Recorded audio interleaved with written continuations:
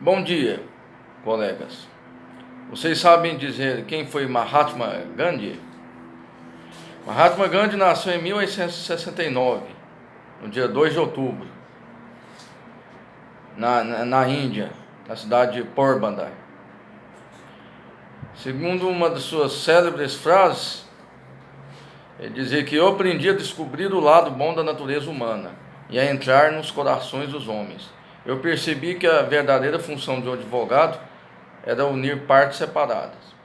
E se trata de um grande líder pacifista que lutou pela independência da Índia contra o jugo do Império Britânico. Ele se formou em Direito em Londres e ele era defensor,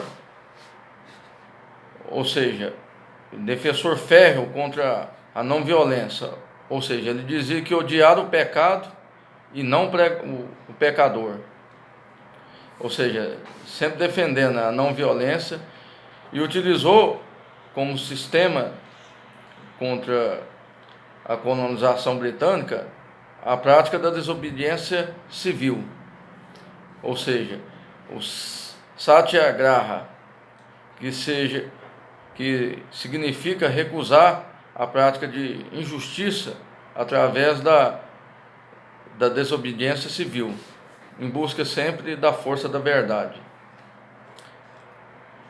Ou seja, essa prática era sempre manifestada contra o militarismo, despotismo, ou seja, o arbítrio, o jugo do Império Britânico imposto sobre a Índia. Então Gandhi sempre lutou pela independência da Índia. E também é importante ressaltar que houve um massacre no ano de 1920 contra os indianos que manifestaram contra as arbitrariedades do governo britânico. E a partir desse massacre aumentou mais ainda a luta de Mahatma Gandhi pela independência indiana. É importante ressaltar também que Gandhi teve uma experiência na África do Sul e também lutou contra a discriminação racial, o apartheid, a falta de igualdade social. Ou seja, a África do Sul era colônia da Inglaterra e também sofria as mesmas arbitrariedades que sofria a Índia, que também era colônia britânica. Em 1938, Gandhi também defendeu o direito dos judeus, ou seja, ele até mesmo os exortou a morrerem como mártires, se fosse preciso. Ou seja, uma das suas frases seria: uma caçada humana degradante pode ser transformada em uma postura tranquila e determinada, oferecendo-se aos homens e mulheres desarmados a força dada a eles por Jeová.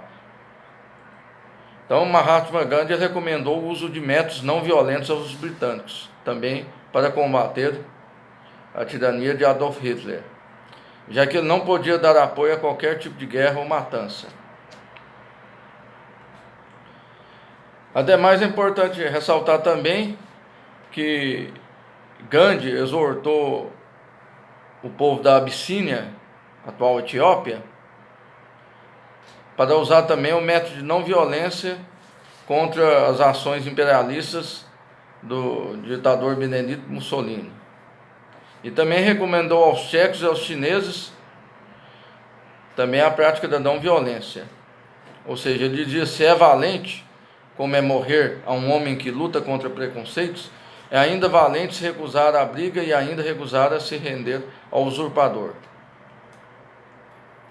Gandhi defendia também que a violência é criada por desigualdade e a não violência pela igualdade. Gandhi, então, através da prática da não violência, da prática de jejum, ele exortava os indianos a protestarem e a lutarem contra a colonização britânica. Um desses métodos que pode ser citado, ele exortou os indianos a produzir a sua própria vestimenta, ou seja, ele exortou os indianos a não comprarem os produtos manufaturados pela Inglaterra, industrializados, que era uma forma de protestar contra o domínio britânico. Ou seja, eles não deveriam comprar produtos importados da Inglaterra, mas sim produzirem suas próprias roupas. Ou seja, ele incentivou o próprio povo indiano a desenvolver a sua indústria têxtil. Então, como já foi falado também, o massacre de Amritsar, em 1920, ele teve a contribuição de incentivar ainda mais a luta pela independência dos indianos. Um dos suas mais notórias lutas, que pode ser citadas contra a independência, foi a Marcha do Sal, que começou em 2 de março de 1930 e encerrou em 5 de abril do mesmo ano, quando Gandhi levou milhares de pessoas ao mar a fim de coletarem seu próprio sal, ao invés de pagar a taxa prevista sobre o sal comprado. Ou seja, o Império Britânico ele impedia que o indiano produzisse seu próprio sal. Não obstante, Gandhi incentivou a população a passar a produzir seu próprio sal para evitar o pagamento de impostos incidentes sobre o sal de forma arbitrária. É importante também ressaltar que em 1931, no dia 4 de março, Gandhi ele se reuniu com o vice-rei da Índia, o Sir Ivy, e eles assinaram um pacto de Delhi. Ou seja, esse pacto previa a independência da Índia de forma progressiva e gradual. Importante ressaltar também que outro ponto importante, que em 1933 Gandhi começou um jejum que duraria cerca de 21 dias em protesto à opressão britânica contra a Índia.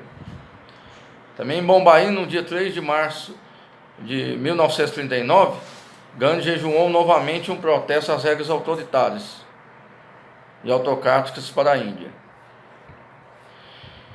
E, enfim, depois de tanta luta, tanto sofrimento, essa prática da não violência, ou seja, Gandhi, sem ter derramado uma gota de sangue, ele conquistou a independência da Índia, ocorrida em 15 de agosto de 1947. Ou seja, a Índia tornou-se independente e Nehru é nomeado primeiro-ministro. Com a independência da Índia, ela foi dividida em 2 países, a Índia de maioria hindu e o Paquistão de maioria muçulmana.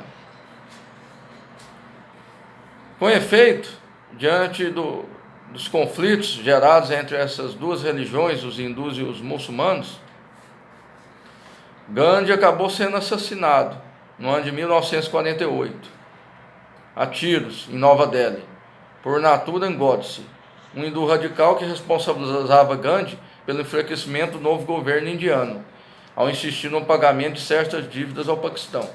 Ou seja, Gandhi, após a independência, ele praticou o jejum, incentivou a Índia que pagasse algumas dívidas devidas ao Paquistão.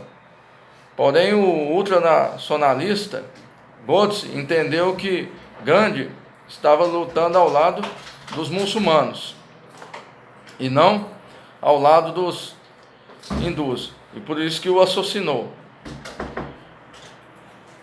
Destarte, Godse, diante do assassinato, ele foi julgado, condenado e enforcado, mesmo a despeito de Mahatma Gandhi ter protestado contra a morte. Ou seja, Gandhi, mesmo ferido antes de morrer, ele realmente, através da sua prática pacifista de não violência, ele pediu que fosse poupada a vida de seu próprio assassino.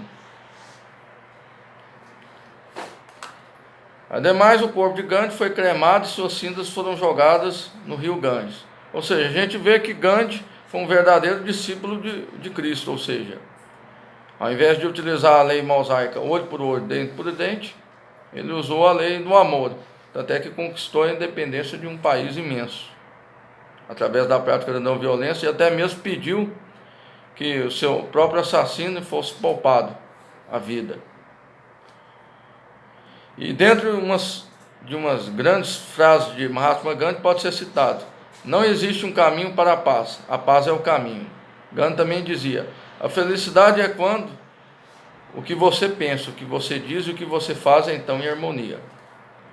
E também não podemos esquecer a célebre frase do maior cientista de todos os tempos, Albert Einstein, inventor da teoria da relatividade, que escreveu que as gerações por vir terão dificuldade em acreditar que um homem como esse realmente existiu e caminhou sobre a Terra. E para finalizar esse vídeo, eu recomendo aos senhores a leitura do livro Mahatma Gandhi, de Humberto Holden, uma obra excelente. Caso tenham gostado do vídeo, deem seu like. Também, se quiserem, podem fazer comentários para aumentar o debate sobre essa importante personalidade histórica. E esse conhecimento também extrajurídico é importante para enriquecer o arcabouço intelectual. Muito obrigado pela atenção de todos. Boa tarde.